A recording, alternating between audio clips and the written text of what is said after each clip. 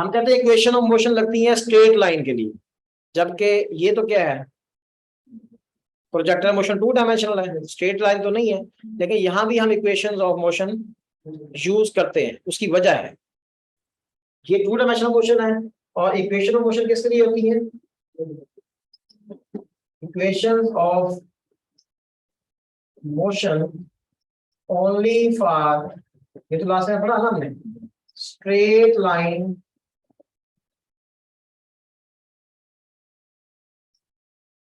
Motion के लिए होते हैं।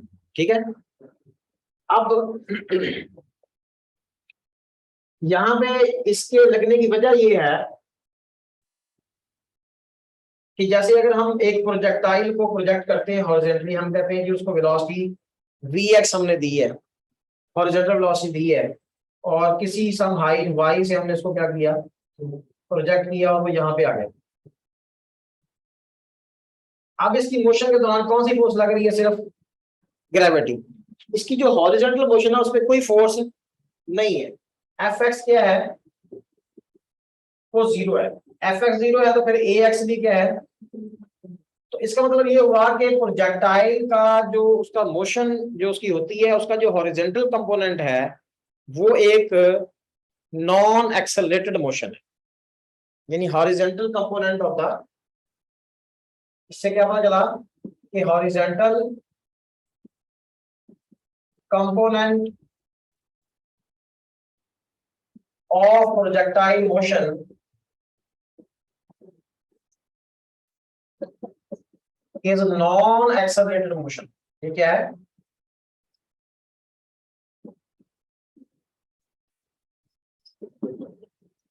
अब नॉन एक्सेलरेटेड मोशन में क्या होता है, जैसे हम फॉर्मूला यूज कर लेते हैं s इक्वल टू vt। अब ये नॉन एक्सेलरेटेड है, इसमें एक्सेलरेशन नहीं है। s इक्वल टू vt में अगर ये से हमारे पास x है, x इक्वल टू क्या आ जाएगा? vx मल्टीप्लाई बाई t आ जाएगा। और दूसरा ये है, एक पॉइंट ये हो गया। दूसरा हम कह रहे हैं कि जो एफ वाई है वो किसके बराबर है? वो एम जी के इक्वल है। तो ए वाई, यानी इसको हमने लिखा है कि ये M A Y is equal to M G. तो एम एम से कैंसिल हो गया, तो हमारा एक्सेलरेशन क्या आ गया? जी के बराबर आ गया, जो कि कांस्टेंट एक्सेलरेशन है near the surface of the earth. इसमें अगर हम इसका हॉरिजॉन्टल डिस्टेंस लिखते हैं, vertical distance, y is equal to क्या होता है? V I Y plus half, ऐसे आएगा ना, यानी V I Y T plus half A Y into T square. तो वी आई वाई तो क्या है? 0 है, क्योंकि वी आई एक्स हमने कहा यहाँ पे वी एक्स के बराबर है, और वी आई वाई क्या है? 0 है। Initial component of velocity along the vertical direction क्या है? 0 है। तो हमारे पास सिंपल फार्मूला क्या आ गया? Half G T square. X हमारे पास क्या है? वी एक्स मल्टीप्लाई टी, और वाई क्या है? Half G T square. अब ये एक्सेलरेटेड है, ये क्या है? नॉन एक्सेलरेटेड है। अब इन दोनों में जो कॉमन फैक्टर है अगर देखा जाए तो वो टाइम है। टाइम कॉमन है ना, इधर भी है और इधर भी है। अब एक चीज तो ये है कि अगर आप टाइम क्या करते हैं, यदि हाइट को क्या करते हैं? चेंज करते हैं। हाइट को क्या करते हैं? चेंज। तो आप ये देख रहे हैं कि यहाँ पर हाइट चेंज करने से टाइम, उसका जो टाइम ऑफ फॉल है वो क्या होगा? 2y/g square root. इस जगह पे जब हम s is equal to V T लगाते हैं, s is equal to V formula होता है, ये बेसिकली क्या बताता है? ये बताता है कि s is proportional to t, क्योंकि ये नॉन एक्सेलरेटेड है। नॉन एक्सेलरेटेड में v क्या होता है? कांस्टेंट होता है। अब v अगर कांस्टेंट है तो s और t आपस में क्या है? डायरेक्ट रिलेशन है इनका। तो यहां में ये पता चलता है कि अगर t जो है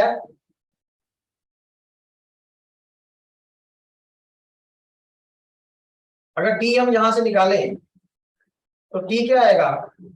x over V X, sorry s is proportional to v।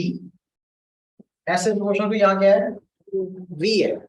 यहाँ पे जो फार्मूला है ना, ये S is proportional to v है कि v अगर ज्यादा देंगे तो x भी क्या होगा, ज्यादा होगा। टाइम का फैक्टर यहाँ पे दोनों की रेशो के बराबर है। x अगर ज्यादा है तो vx भी क्या होगा, अगर vx ज्यादा है तो x भी क्या होगा। टाइम इन दोनों पर डिपेंड नहीं करता, टाइम इन दोनों के लिहाज से क्या है, इंडिपेंडेंट है। टाइम किस पे डिपेंड कर रहा है, वर्टिकल फॉल कितना है उसका, मतलब अगर आप से उसको कहते हैं एक वेलोसिटी आपने दी 10 मीटर पर सेकंड, दूसरी वेलोसिटी दी आपने 20 मीटर पर सेकंड, दोनों सेम टाइम के अंदर फॉल करेंगे अर्थ के ऊपर, दोनों। वजह क्या है, आप यहां देखिए टाइम किस पे डिपेंड कर रहा है, वाई के ऊपर। यानी बेसिकली यहाँ दो किस्म की मोशंस आ गई। एक क्या है, फ्री फॉल मोशन। क्या है, फ्री फॉल मोशन में क्या होता है कि अगर हाइट ज्यादा होगी तो टाइम ऑफ फॉल ज्यादा। और दूसरी क्या है, नॉन एक्सेलरेटेड, और दोनों एक दूसरे के ऊपर डिपेंड नहीं कर रही।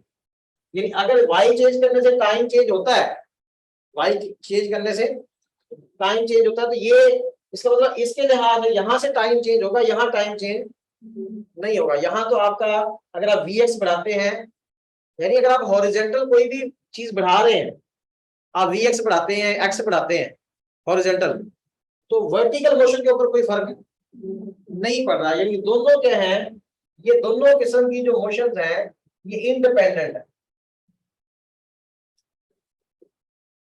दोनों क्या है, यानी बेसिकली दो ऐसी मोशन का मजमूआ है। Projectile motion is the combination of two types of motions which are independent upon each other. Horizontal motion does not depend upon the vertical motion. ये यहाँ पे एक टेक्निकल पॉइंट है जो समझने वाला है। हाँ, ये मैं ये कह रहा हूं कि यहाँ पे ये जो प्रोजेक्टाइल मोशन है ये बेसिकली क्या हुई, combination of two independent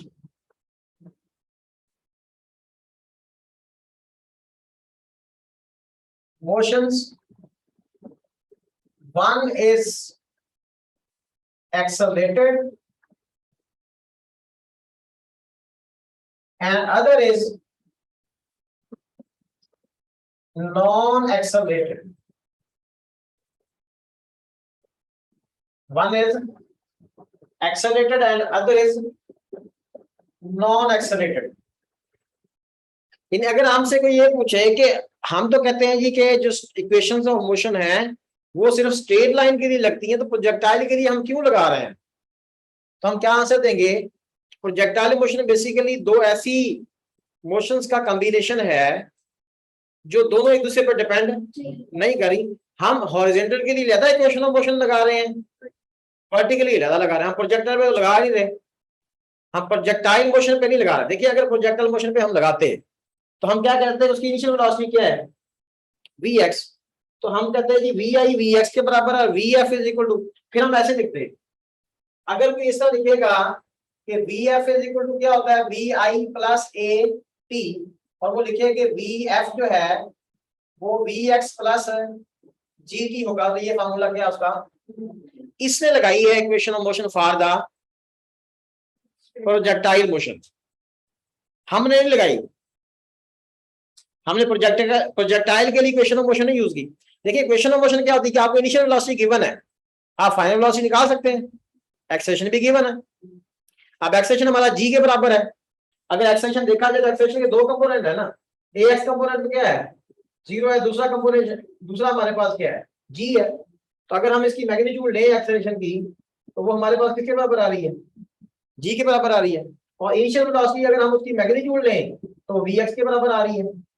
total initial velocity vx है या नहीं है, टोटल एक्सेलरेशन हमारा g है या नहीं है, टोटल टाइम हमारा t है, तो हम फाइनल वेलोसिटी निकाल सकते हैं। फिर अगर हम प्रोजेक्टाइल पे इक्वेशन ऑफ मोशन लगाएं तो vf is equal to va plus at, लेकिन हम नहीं निकाल सकते, क्यों, क्योंकि projectile motion is not a one dimensional motion, हम इसके ऊपर इक्वेशन ऑफ मोशन यूज।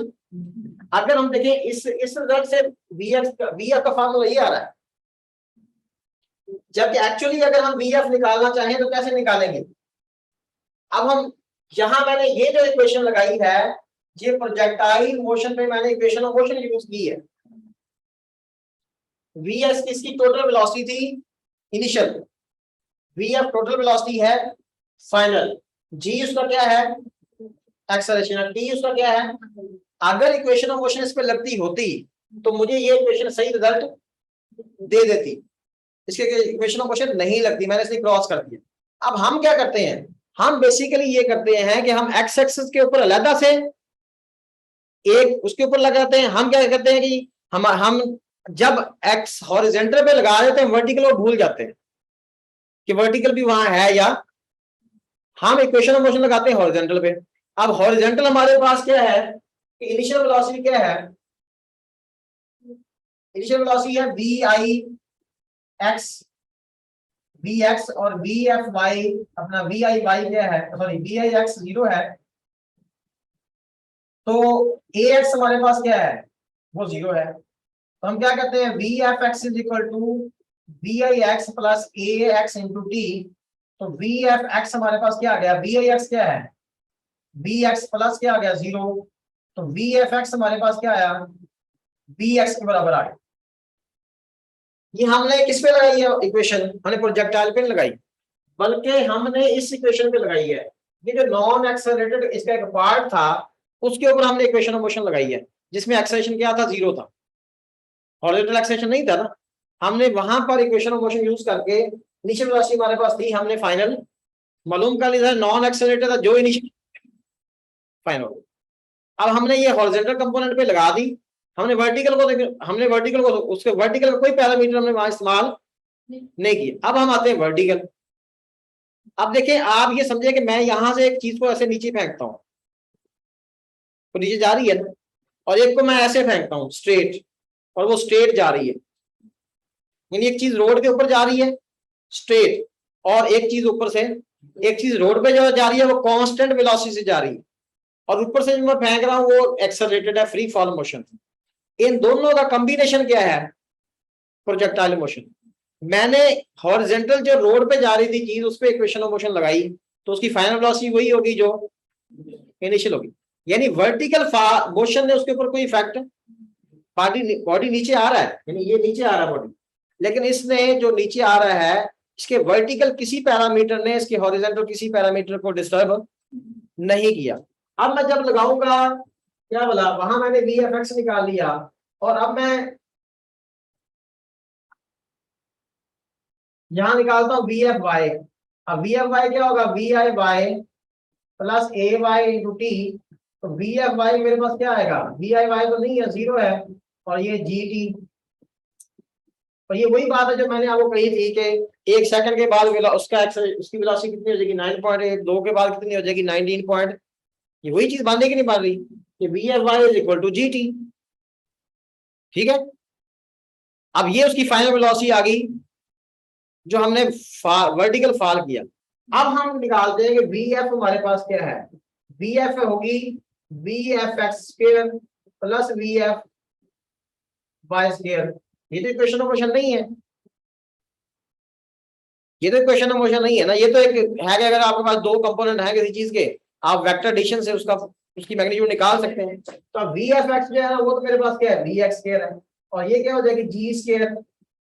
अब ये बेसिकली वी एफ निकलती है हमारे पास, इक्वेशन ऑफ मोशन में क्या देगी V F V X plus G T, और यहाँ क्या आ रहा है V X square plus G square T square और अंडर रूट।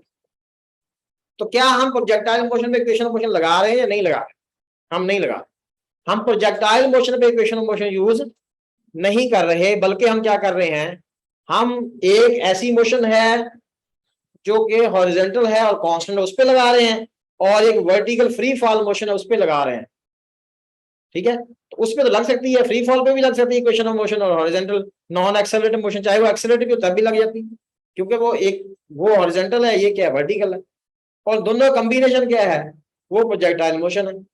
तो प्रोजेक्टाइल मोशन के लिए कोई इक्वेशन ऑफ मोशन नहीं बनी, अगर बनी होती तो हमें इतने लंबे चौड़े उसका करने की जरूरत नहीं थी। हमें इनिशियल वेलोसिटी थी, हम फाइनल निकाल लेते हैं, हमारे पास इनिशियल डिस्प्लेसमेंट होता है हम फाइनल निकाल लेते हैं, सिंपल तरीके से हम निकाल लेते हैं। लेकिन हमें क्या करना पड़ा, हॉरिजॉन्टल को अलग से डील करना पड़ा, वर्टिकल को अलहदा से, क्योंकि प्रोजेक्टाइल के लिए कोई इक्वेशन ऑफ मोशन नहीं है।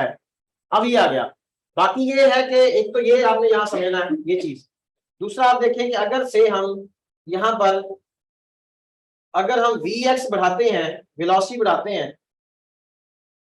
एस क्या हो जाएगा, इंक्रीज हो जाएगा विद द सेम रेशो। तो मैंने बताया कि यहाँ पे टी क्या है, कांस्टेंट है। कांस्टेंट से मुराद ये है कि इन दोनों की रेशो क्या रहेगी। अगर आप एक बॉडी को फेंकते हैं, इसको आपने फेंका 10 मीटर पर सेकंड से, दूसरी को आपने फेंका 20 मीटर पर सेकंड से, अब होगा क्या, दूसरी डिस्टेंस तो ज्यादा कवर करेगी लेकिन टाइम सेम रहेगा, क्योंकि टाइम बेसिकली क्या है, टाइम ऑफ फॉल है, और वो किस पे डिपेंड कर रहा है, वाई के ऊपर, वो एक्स पे डिपेंड ही नहीं कर रहा। इसलिए अगर वो डिपेंड कर रहा होता एक्स पे, फिर ये दोनों मोशन एक दूसरे पे क्या कर रही होती, डिपेंड कर रही होती। ये दोनों मोशन एक दूसरे के ऊपर क्या है, इंडिपेंडेंट है। ठीक है ना। अगली चीज ये है कि ये तो हमने फाइनल वेलोसिटी निकाली, इसी तरह हम उसका एंगल भी निकाल सकते हैं। जारी बात है कि हम ये देख सकते हैं कि उसकी डायरेक्शन क्या है फाइनल वेलोसिटी की, तो वो टेन इनवर्स क्या आ जाएगा, अपना जी टी ओवर क्या आ जाएगा, वी एक्स, ऐसे आ जाएगा। तो ये इस तरह हम उसकी डायरेक्शन भी फाइनल वेलोसिटी की निकाल सकते हैं। तो हमने ये जो T1 है, मैंने बताया कि T1 ये लगा, T1 तो T1 T2 पे क्या होगा, इक्वल होगा। अगली चीज ये है इसमें, ये दोनों इक्वेशन में अगर हम T एलिमिनेट कर देते हैं, अगर T एलिमिनेट करें तो यहाँ देखें कि 2y ओवर जी स्क्वायर बराबर आ रहा है किसके, x ओवर वी एक्स के। और अगर हम स्क्वायरिंग करें तो ये क्या आता है, 2y ओवर जी क्या आ जाता है, x square over V X square. ठीक है ना, ये t की वैल्यू यहाँ भी निकाली हुई है, t की वैल्यू हमने यहाँ भी निकाली हुई है, तो बराबर रख दिया। या आप t की वैल्यू यहाँ से निकाल के इसमें पुट कर दें, एक ही बात है इन दोनों। लेकिन एक हॉरिजॉन्टल डिस्प्लेसमेंट आ गया, एक क्या आ गया, वर्टिकल डिस्प्लेसमेंट आ गया। हमने t को लिमिट करना, एक तरफ से t की वैल्यू निकाल के दूसरे में पुट कर दे तो हमारे पास ये इक्वेशन आ जाएगी। अब ये इक्वेशन आपको क्या बता रही है, ये इक्वेशन भी आपको एक रिजल्ट दे रही है कि y is equal to G over 2vx square into X square. या आप इसको लिख सकते हैं कि y minus 0 is equal to G over V X square into X minus 0 whole square. अगर आप कंपेयर करें तो क्या होता है, y over H, y minus H is equal to 4a into X minus K whole square. ये किसकी equation है, ये पैराबोला की इक्वेशन। किसकी इक्वेशन है, तो यहां से पता चला कि इसकी जो मोशन है वो पैराबोला है, पैराबोलिक पाथ है इसका। क्योंकि एक तरफ अगर तो होता इधर भी एक्स होता है वाई होता, दोनों की पावर वन वन होती है, ये स्ट्रेट लाइन होती, क्या स्ट्रेट लाइन मोशन होती जब भी। क्योंकि आपको पता है कि पैराबोलिक क्या कौन कौन सी इक्वेशन है, y is equal to 4ax square, या y is equal to minus 4ax square, या x इज इक्वल टू क्या था 4ay स्क्वायर, या x is equal to minus 4ay। चार किस्म के पैराबोला थे ना। ये ऐसे पैराबोला हैं जिनका वर्टेक्स क्या है, जीरो है, जीरो जीरो है। अगर वर्टेक्स की वैल्यू भी होती है तो फिर वो एच ओवर के इसका क्या वर्टेक्स आ गया। बाकी ये लेटेस्ट रेक्टम आ गया। बाकी डायरेक्ट्रिक्स की इक्वेशन कैसे निकालनी है, ये भी चीजें हम देख सकते हैं इसमें। अगर मैकेनिक्स की आप चैप्टर नंबर 10 करें मैकेनिक्स का, तो उसमें सारा वो एक दो न्यूमेरिकल वहां से देख लीजिएगा। ठीक है ना, चैप्टर नंबर 10 मैथ्स जो है, वेक्टर मैकेनिक्स पढ़ी थी ना आपने बीएससी में, बीएस में भी पढ़ी होगी जारी बात है। तो उसमें वो जो मैकेनिक्स की बुक है ना, उसके 10th चैप्टर में प्रोजेक्टाइल मोशन है, उसको आप देख लीजिएगा। तो बहरहाल ये किसी दिन बल्कि मैं आपको लेक्चर दूंगा इसके ऊपर के पैराबोला, एलिप्स और हाइपरबोला के ऊपर ना। ठीक है, ये हो गया। तो एक तो हमने देखा कि इसका पाथ पैराबोलिक है, दूसरा हमने देखा कि दो किस्म की इंडिपेंडेंट मोशंस हैं, तीसरी चीज हमने देखी कि टाइम अगर से टाइम वर्टिकल डिस्टेंस पे डिपेंड कर रहा है, हॉरिजॉन्टल डिस्टेंस पे डिपेंड नहीं कर रहा, हॉरिजॉन्टल वेलोसिटी पे डिपेंड नहीं कर रहा। और एक मोशन हमारे पास फ्री फॉल है, दूसरी नॉन एक्सेलरेटेड हॉरिजॉन्टल मोशन है। ये तो हमने एक सिंपल सा केस इसका दिया था कि when a projectile is projected from some height horizontally, हमने इसको क्या किया था, प्रोजेक्ट किया था, और यहाँ थीटा क्या था हमारे पास, 0 था विद द हॉरिजॉन्टल। अब दूसरा जो मेन इसका केस है, वैसे तो प्रोजेक्टाइल क्वेश्चन क्या होगी कि ऐसे होती है ना, तो उसमें हमने ये आधा पोर्शन डिस्कस किया है। अब अगर हम कंप्लीट इसका पास देखते हैं, पूरा केस 2 जो है वो अगर देखें,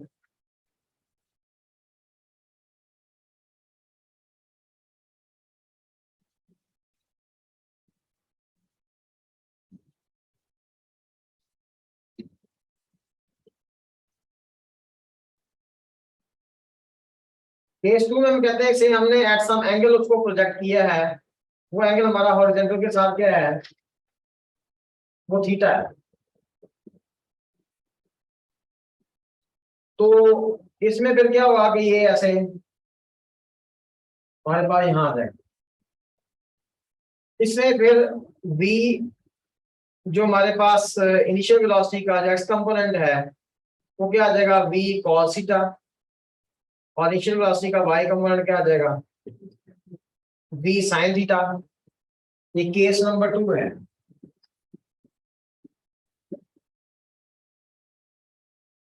इसमें अब इसमें भी हम किसी भी स्टेज के ऊपर इसकी फाइनल वेलोसिटी निकाल सकते हैं, ax फिर 0 है। इसमें हम वर्टिकल एक्सेशन क्या लेंगे, तो -g लेंगे, क्योंकि हमने वेलोसिटी से अपवर्ड है और एक्सेशन क्या है, वो डाउनवर्ड है, तो इसलिए हमने यहाँ पे क्या लिया, -g लिया। अब इसमें फाइनल वेलोसिटी हमारे पास क्या आएगी अलोंग द एक्स एक्सिस, वो तो वही रहेगी, वो तो v cos थीटा ही आएगी, और vfy जो है वो vi sin थीटा माइनस क्या हो जाएगा, gt हो जाएगी। इन दोनों को स्केल करके ऐड करके आप फाइनल वेलोसिटी फाइंड आउट कर सकते हैं। अगर हम ये vf फाइंड आउट करें यहाँ पे, तो यार इसका स्क्वायर प्लस इसका स्क्वायर करेंगे, ये तो इसका cos square plus sin square क्या हो जाएगा, 1 हो जाएगा, तो ये v स्क्वायर आ जाएगा, और प्लस क्या आ जाएगा, g स्क्वायर t स्क्वायर, और प्लस माइनस आ जाएगा 2gt into sine of the angle. ये हमारे पास फाइनल वेलोसिटी है।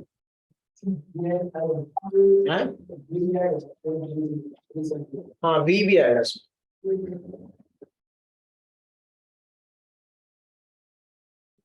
ठीक है। ये हमारे पास रिजल्ट आ गया, ठीक है। अब हमने क्या करना है इसमें,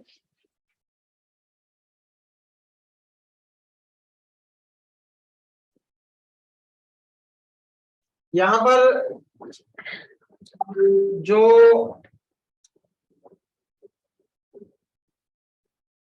eight the maximum height point, maximum height पे क्या है, मैक्सिमम हाइट पे कहते हैं हम कि हॉरिजॉन्टल कंपोनेंट क्या हो जाता है, वो 0 हो जाता है। मैक्सिमम हाइट पे जो वेलोसिटी का हॉरिजॉन्टल कंपोनेंट है एट मैक्सिमम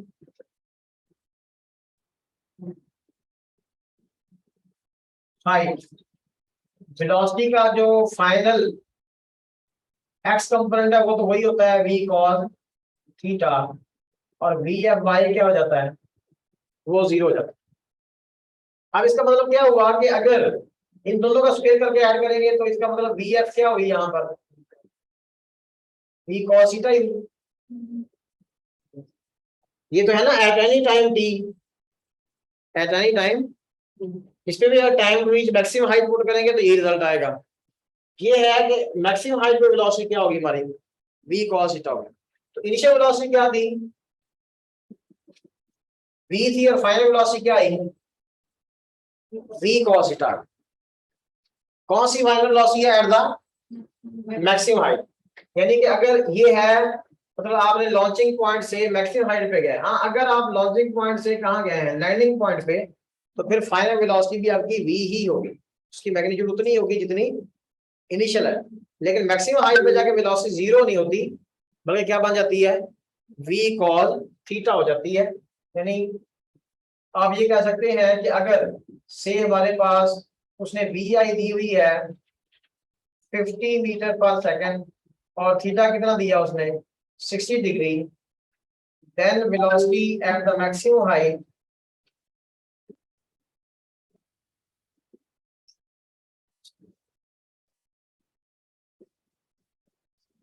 तो हमारे पास क्या आएगी v cos थीटा, यानी 50 into cos of the angle 60, ये 1/2, 50 मल्टीप्लाई 1/2, तो ये क्या आ जाएगी 25 मीटर पर सेकंड आ जाएगी। इनिशियल वेलोसिटी कितनी थी 50, फाइनल कितनी है मैक्सिमम हाइट पर 25 है, अगर थीटा कितना है 60 डिग्री है। तो फिर वही बात है कि ये कितनी हो जाएगी, ये बेसिकली क्या है 50% है। क्या है, अगर थीटा हमारा जो है वो क्या होगा 45 होगा तो 70% रह जाएगी। उसी तरह अगर थीटा जो 30 डिग्री होगा तो 86% रह जाएगी। कॉस थीटा पर डिपेंड कर रही है ना, कॉस थीटा आपको बताएगा कि इनिशियल वेलोसिटी के कितने परसेंट जो है वो वहां पर मैक्सिमम हाइट वाली वेलोसिटी है। देखिए अगर थीटा को 90 पुट करते हैं, कॉस 90 क्या होता है, फाइनल वेलोसिटी 0 हो जाएगी। क्या वर्टिकली जब आप किसी चीज को फेंकते हैं तो मैक्सिमम हाइट पे क्या होती है वेलोसिटी 0 होती है। लेकिन अगर एंगल अदर देन 90 है, 0 और 90 के दरमियान कोई एंगल है, तो फिर वर्टिकल हाइट के ऊपर मैक्सिमम हाइट के ऊपर वेलोसिटी 0 नहीं होगी और उसकी वैल्यू क्या होगी हमेशा v cos थीटा। ये तो वेलोसिटी की बात होगी। अब अगर उसने इनिशियल मोमेंटम दिया है तो फाइनल मोमेंटम भी क्या होगा mv cos थीटा। अगर इनिशियल मोमेंटम, ये बात किसी चल रही है मैक्सिमम हाइट की वेलोसिटी, अगर हम बात करते हैं किसकी मोमेंटम की, इनिशियल मोमेंटम तो क्या होगा एम वी, चलो मैं इसको पी कह देता हूँ, तो फाइनल मोमेंटम क्या होगा वो होगा M V cos of the angle theta, यानी P cos of the angle theta. तो इसमें भी आप देखेंगे उसने क्या मल्टीप्लाई करना है, हमने कॉस थीटा को मल्टीप्लाई करना है। यानी इनिशियल मोमेंटम अगर दिया हुआ है तो उसको कॉस थीटा से मल्टीप्लाई करेंगे तो हमारे पास क्या आ जाएगा momentum at the maximum height आ जाएगा। इनिशियल मोमेंटम उसने दे दिया कि 20 न्यूटन सेकंड है और थीटा कितना दे दिया 60 डिग्री है। तो क्वेश्चन उसने यही दिया कि पी आई आपके पास कितना है 20 न्यूटन सेकंड है और थीटा कितना है, तो final momentum at maximum height कितना होगा, cos 60 से मल्टीप्लाई करेंगे तो कितना रह जाएगा 10 न्यूटन सेकंड रह जाएगा। ठीक है, इसी तरह अगली चीज आप इसी केस में देखें kinetic energy. Kinetic energy initial क्या है, वो तो है हाफ एम वी स्क्वायर, और kinetic energy at maximum height क्या आएगी,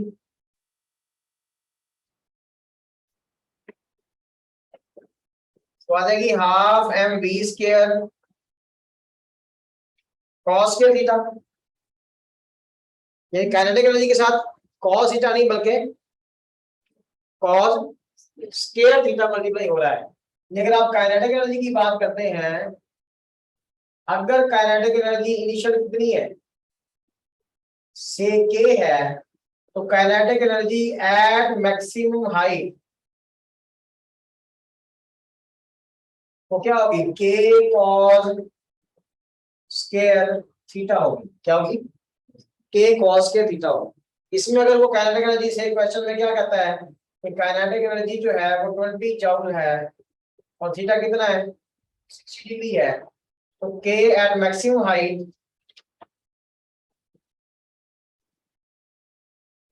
वो क्या आ जाएगी cos के से 1/4, जब 20 को आप 1/4 से मल्टीप्लाई करेंगे तो हमारे पास कितनी आ जाएगी 5 जूल आ जाएगी। यानी यहां पर अगर एनर्जी कितनी है 20 जूल है और एंगल कितना है 60 डिग्री, तो यहाँ पे कितनी होगी 5 जूल। cos स्क्वायर मल्टीप्लाई करना है cos स्क्वायर थीटा। अगर थीटा 45 है तो वो उसका यहाँ पे कितना रह जाएगी 1/2 अंडर रूट का स्क्वायर लेंगे तो हाफ रह जाएगा। ठीक है ना, अगर से उसने ये कह दिया हमें कि इनिशियल काइनेटिक एनर्जी कितनी है,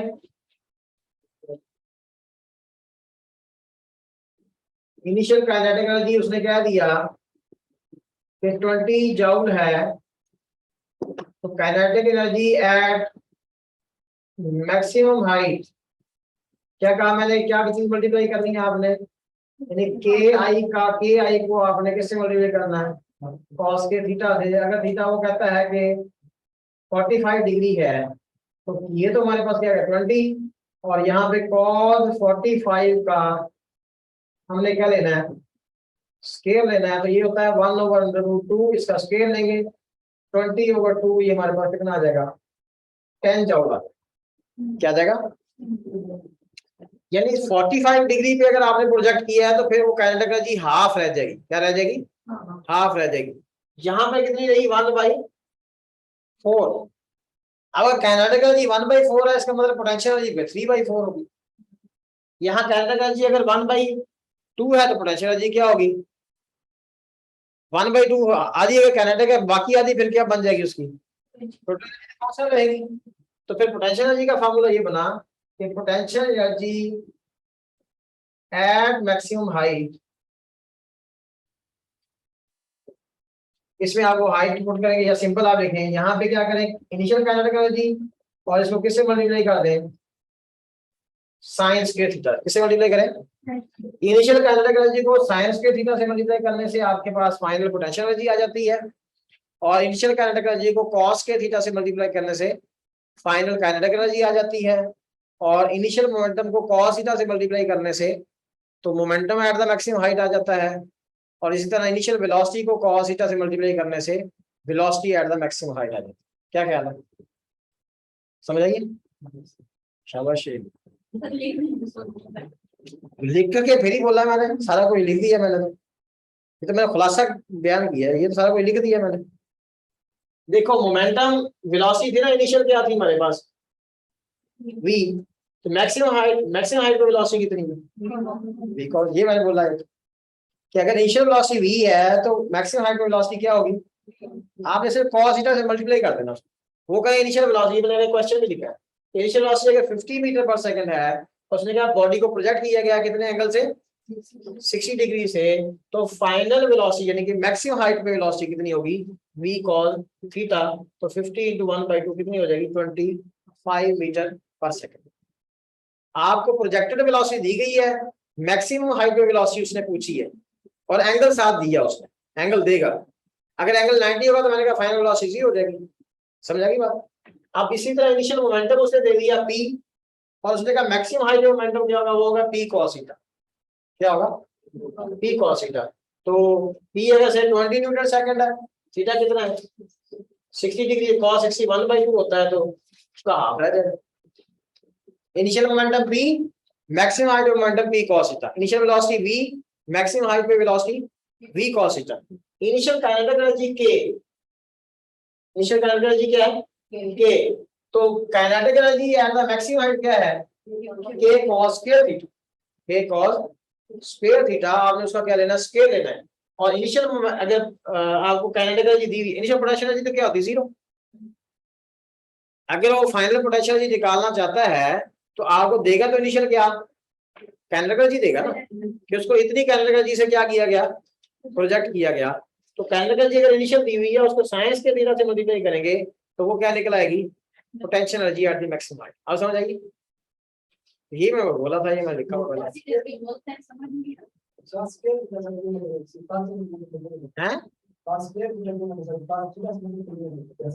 नहीं वो तो हमने देखे ना, यहाँ पे काइनेटिक एनर्जी क्या होती है, मैंने यहाँ निकाला नहीं था, काइनेटिक एनर्जी है हाफ mv स्क्वायर, फाइनल पे जो वेलोसिटी है वो क्या है v cos थीटा, तो जब v cos का स्क्वायर लेंगे तो यहाँ क्या आ जाएगा v स्क्वायर cos के थीटा।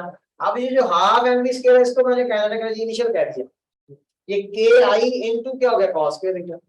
अब अगर वो ki cos के थीटा है तो ki cos के थीटा प्लस ki साइंस के थीटा, तो वो ki बन जाएगा, तो इनिशियल टोटल एनर्जी तो ki ही है, इसलिए मैं कह रहा हूँ कि हाँ अगर आपने वो हाइट निकालते हैं, देखिए हाइट आपके पास वैसे प्रोजेक्टाइल में लिखा हुआ निकाल भी सकते हैं, हाइट ऑफ प्रोजेक्टाइल क्या होती है vi स्क्वायर साइंस के थीटा ओवर 2g, यही होती है ना। अब पोटेंशियल एनर्जी क्या होती है, देखें पोटेंशियल एनर्जी होती है mgh,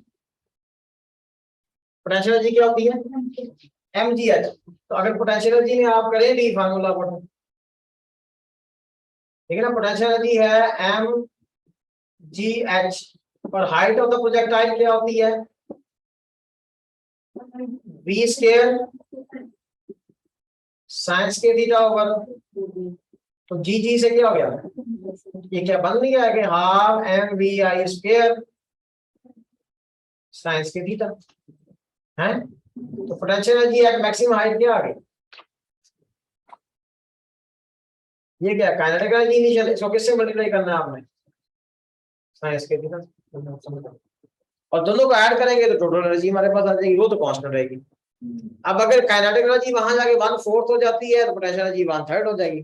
काइनेटिक एनर्जी अगर हाफ हो जाती है तो पोटेंशियल एनर्जी भी हाफ हो जाएगी, टोटल हाँ उसका हाफ हो जाएगी, ये इनिशियल एनर्जी है उसका हाफ हो जाएगी ना हमारा। ये तो बात है लॉन्चिंग पॉइंट से लेकर मैक्सिमम हाइट तक। तो at maximum height, time to reach maximum height, time to reach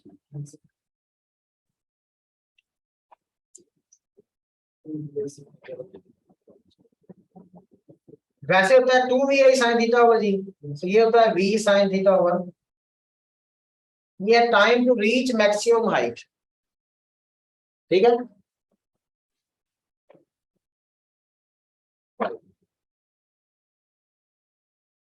अब time to reach maximum height हमने कैलकुलेट कर लिया है, और हमने क्या कैलकुलेट किया, काइनेटिक एनर्जी को भी देख लिया, मोमेंटम को देख लिया, वेलोसिटी को भी देख लिया। अब हम देखते हैं कि हाइट, हाइट भी देख लिया हमने कि मैक्सिमम हाइट ये डिस्टेंस है बेसिकली, मैक्सिमम हाइट का क्या फॉर्मूला होता है, मैंने वी आई स्क्वायर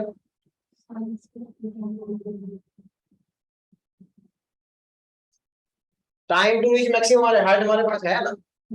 अब अगर हम ये देखना चाहते हैं जब बॉडी अपनी मैक्सिमम हाइट पर होता है तो डिस्टेंस कितना कवर करता है, ज़ाहिर है वो आधी रेंज कवर करेगा, रेंज का भी हाफ होगा।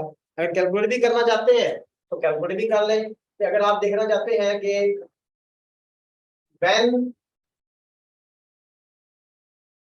Projectile is at maximum height, then its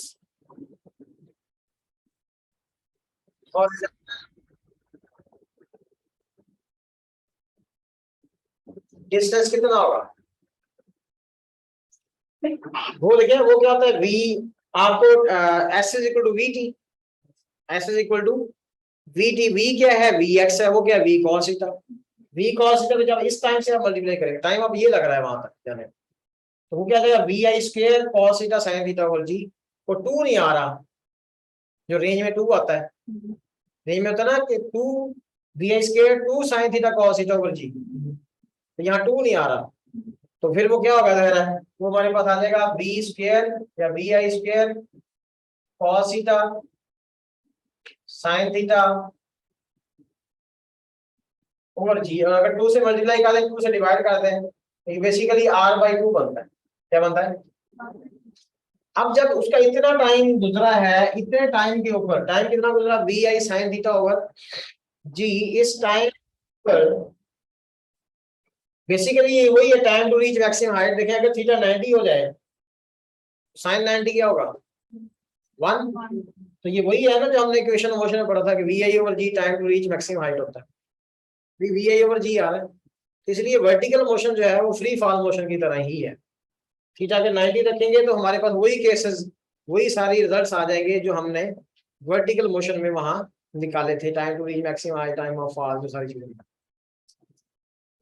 अब इतने टाइम के ऊपर हमने, जब टाइम इतना गुजरा था, हमने वहां पे काइनेटिक एनर्जी फाइंड की, हमने वहां पर पोटेंशियल एनर्जी भी फाइंड की, हमने मोमेंटम भी फाइंड कर लिया, हमने वेलोसिटी भी फाइंड कर ली, हमने और क्या फाइंड किया, हमने हॉरिजॉन्टल डिस्टेंस भी फाइंड कर लिया, हमने वर्टिकल डिस्टेंस भी फाइंड आउट कर लिया, जो टाइम कितना था, V I sine theta over G. अब हमारा टाइम कौन सा है, लैंडिंग टाइम, उसके लिए फिर टाइम क्या होगा है, r/2 किस तरह आया, r हमारे पास ये होता है ना 2vi square sine theta cos theta over G, range ये होती है ना, तो उसमें 2 नहीं है, इस फॉर्मूले में 2 नहीं है ना, तो अगर r/2 करेंगे तो ये आता है नहीं आता, मतलब हॉरिजॉन्टल डिस्टेंस भी आधा ही है। ये जो प्रोडक्ट मोशन है या फिर अलग ही केस है जिसके अंदर 2 डायमेंशनल होते हुए भी हम स्ट्रेट लाइन मोशन। हाँ, दो स्ट्रेट लाइन मोशंस का कॉम्बिनेशन है, दो स्ट्रेट लाइन मोशंस का कॉम्बिनेशन है। हम अलग-अलग से सबको डील करेंगे, हॉरिजॉन्टल को अलग डील करेंगे, वर्टिकल। तो व्हेन टाइम कितना हो जाएगा, 2vi sin theta over g हो जाएगा। ये टाइम क्या होगा हमारे पास, इसको हम क्या कहेंगे, टाइम ऑफ फ्लाइट। क्या कहेंगे, टाइम ऑफ फ्लाइट कहेंगे। इस टाइम ऑफ फ्लाइट में फिर हमारे पास जो हाइट क्या हो जाएगी, 0 है, और रेंज क्या हो जाएगी, vi² sin 2 theta over g हो जाएगी। और क्या रहेगा इसमें, काइनेटिक एनर्जी जो है इनिशियल काइनेटिक एनर्जी के बराबर आ जाएगी। पोटेंशियल एनर्जी क्या हो जाएगी, 0 हो जाएगी। ठीक है, और मोमेंटम क्या हो जाएगा, ये तो है स्केलर, ये क्या है, स्केलर है। अब जब आप किसी प्रोजेक्टाइल को ऐसे प्रोजेक्ट करते हैं, ये उसकी इनिशियल वेलोसिटी, ये क्या है। अच्छा, जब आपका ये टाइम था, इतना टाइम गुजरा था, तो चेंज इन वेलोसिटी क्या थी, चेंज इन वेलोसिटी क्या थी, वहां पे थी v cos थीटा, इनिशियल क्या थी v cos theta minus v, ये था चेंज इन स्पीड जो हमारे पास है। और अगर हम यहाँ change in speed, change in speed इस केस में क्या थी, डेल्टा v ये था, अगर हम v कॉमन ले लें तो क्या आ गया, cos theta minus 1, 1 minus cos theta.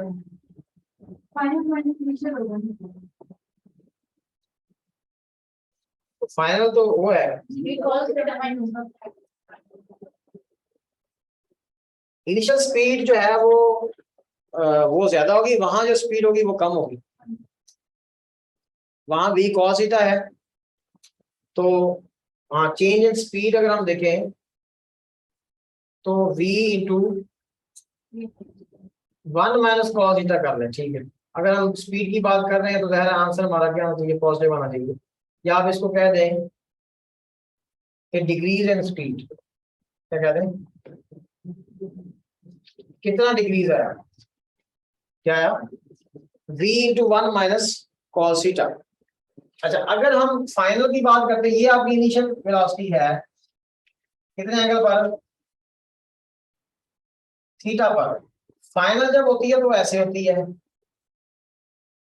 उसमें ये एंगल क्या होता है, थीटा होता है। ये एंगल क्या है, थीटा है फाइनल हमारे पास। अब अगर हम चेंज निकालना चाहते हैं तो हमें क्या करना पड़ेगा, फाइनल माइनस इनिशियल। अब देखिए ये वाला हमारे पास कितना है, इसका ये वाला पोर्शन, ये भी क्या है, v cos थीटा है, और ये भी क्या है, v cos थीटा है। तो v cos theta minus v cos theta, ये तो क्या हो जाएगा, 0। हॉरिजॉन्टल चेंज तो नहीं है। वर्टिकली इनिशियल कंपोनेंट है v sin थीटा, और यहाँ पर क्या है, minus v sin theta downward है, वो अपवर्ड था, ये क्या है। तो अगर हम देखना चाहते हैं change in momentum, change in, तो आएगा -2v sin थीटा, क्या आएगा, फ्रॉम लॉन्चिंग टू लैंडिंग।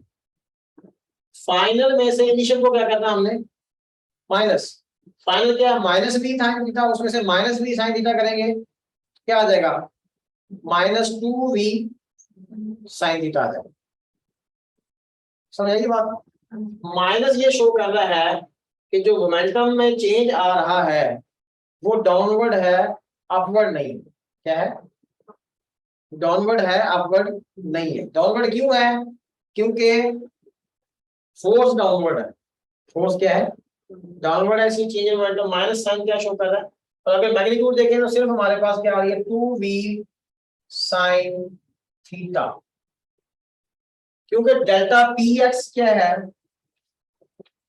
0 है और डेल्टा पी वाई जो है वो है -2v sine theta. Kinetic energy potential energy करते वक्त मैंने कुछ भी नहीं अदा किया क्योंकि वो क्या है स्केलर है। चेंज इन काइनेटिक एनर्जी क्या होगी 0, चेंज इन पोटेंशियल एनर्जी क्या होगी 0, final kinetic energy initial kinetic energy क्या होगी बराबर होगी। ये किसकी बात हो रही है लॉन्चिंग लैंडिंग। अब यहां पर भी अगर आप चेंज इन वेलोसिटी निकालते हैं, चेंज इन, जब मान ले लेता हूं कि चेंज इन वेलोसिटी क्या आएगी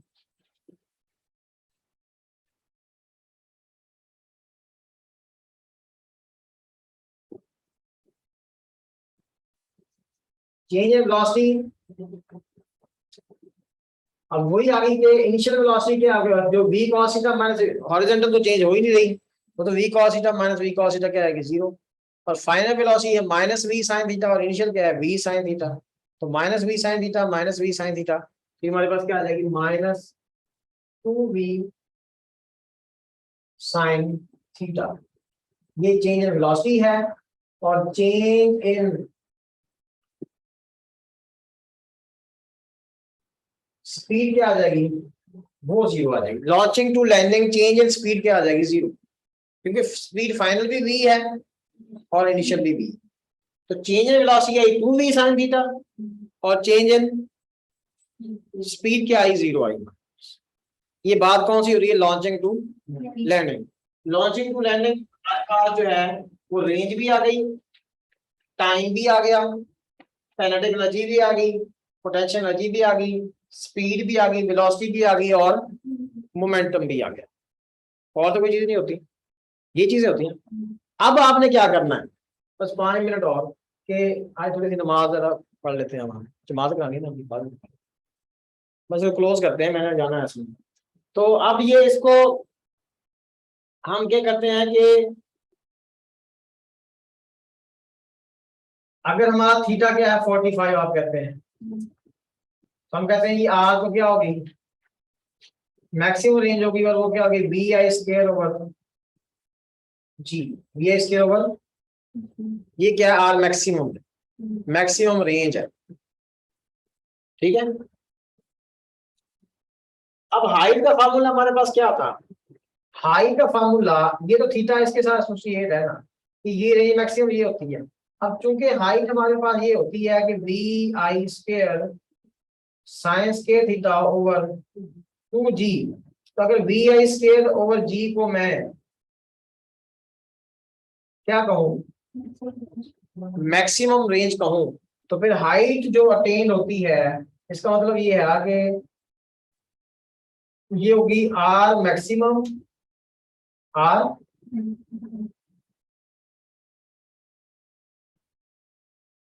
और यहाँ पे क्या आ गया बाई 2 इंटू, एक हमारे पास एक्सप्रेशन ये आता है कि अगर उसने हमें एंगल ऑफ प्रोजेक्शन दे दिया है और उस प्रोजेक्टाइल की मैक्सिमम रेंज दे दी है तो फिर हम हाइट इस तरह फाइंड आउट कर सकते हैं, ठीक है। अगर हमें उसने क्या दिया है एंगल ऑफ प्रोजेक्शन दिया है, वो कहता है मैक्सिमम रेंज उसकी इतनी हो सकती है, मतलब इतनी है, लेकिन इस वक्त हम उसको इतने एंगल पे क्या कर रहे हैं प्रोजेक्ट कर रहे हैं, तो उसकी हाइट कितनी होगी तो वो हमारे पास आ गई। अच्छा, अगर हमारे पास हम फार्मूला देखते हैं टाइम ऑफ फ्लाइट का, टाइम ऑफ फ्लाइट का फार्मूला हमारे पास क्या है 2vi साइन थीटा ओवर जी, अगर हम इसका स्क्वायर लेते हैं तो ये क्या आता है 4vi square sine square theta over G square. अगर हम t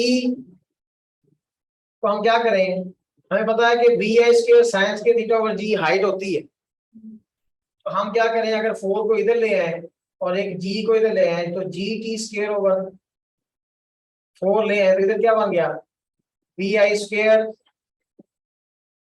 ओवर जी, हमें 2 भी चाहिए ना यहाँ पे, तो यहाँ हम 8 कर देते हैं और यहाँ पे 2 कर देते हैं,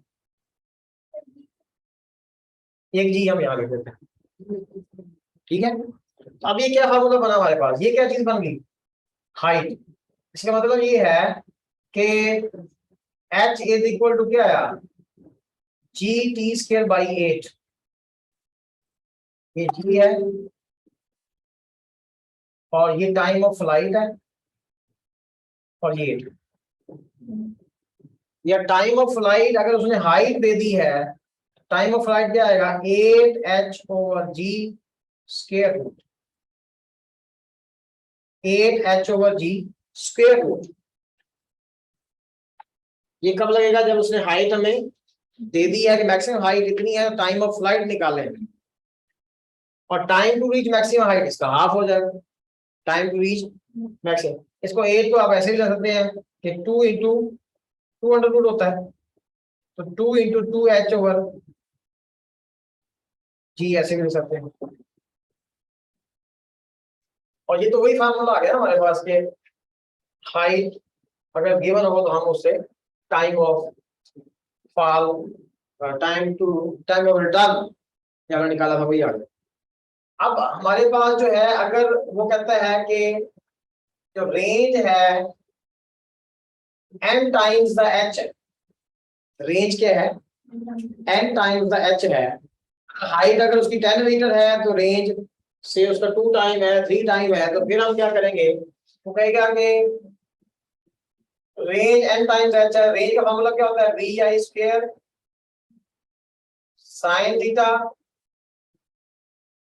कॉस थीटा ओवर ये 2 भी होता है, और यहाँ क्या गया n into V I square sine square theta over 2g, तो डी जी से कैंसिल हो गया, वी ए स्क्वायर आपस में कैंसिल हो गया, एक साइन इससे क्या हो गया कैंसिल, तो sign theta over cos theta, ये कॉस थीटा के डिवाइड हो गया, ठीक है, तो ये हमारे पास क्या tan थीटा आ गया और इंटू 4, तो tan theta is equal to 4 by n, तो theta is equal to tan inverse 4 by n। एक फार्मूला हमारे पास ये आ गया कि अगर उसने कहा है कि रेंज n टाइम्स h है, रेंज हाइट से डबल है, तो आपने n को क्या पुट कर देना है, 2 पुट कर देना है, तो आपके पास एंगल आ जाएगा। अब कह दे क्वेश्चन में कि रेंज जो है वो 4 टाइम क्या है हाइट है, तो थीटा हमारे पास क्या आएगा, इसका मतलब जब रेंज मैक्सिमम होती है तो 45 डिग्री आ जाएगा। ये 45 पर जो रेंज होती है वो हाइट से कितने टाइम्स होती है, 4 टाइम होती है। 45 एंगल पर जो रेंज होती है वो हाइट उस केस में जो वो हाइट अटेन करेगा उससे 4 टाइम होती है। काफी है, कम नहीं पड़ा। चलो इसको बस इतना ही करते हैं आज, बाकी आप ये है कि कुछ उसमें जब प्रैक्टिस करेंगे मजीद ही आपके सामने आ जाएंगे, ठीक है।